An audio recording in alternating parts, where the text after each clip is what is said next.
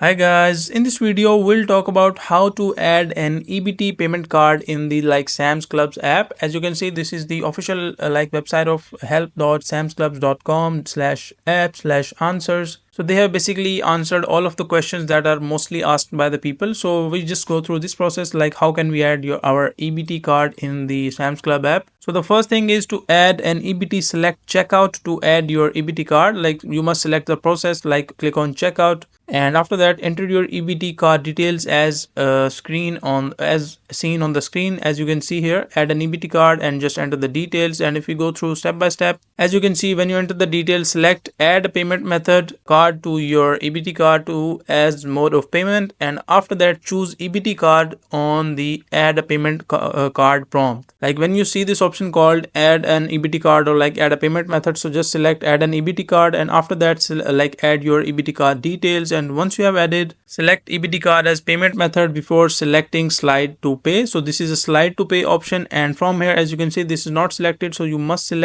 tick this option like called EBT, and after that you can just click on slide to pay. EBT must be selected for a transaction or the default credit card will be charged. So after that, as we scroll down a little bit, here we'll be seeing like select continue on the verify your pin. As you can see, like you must enter your pin to verify, and after that enter your 4-digit pin on the Fizzer V prompt, and once you enter the prompt, show the QR code generated after your payment at the exit. So that is a simple, easy and complete process of how you can add an EBT card to Sam's Clubs app.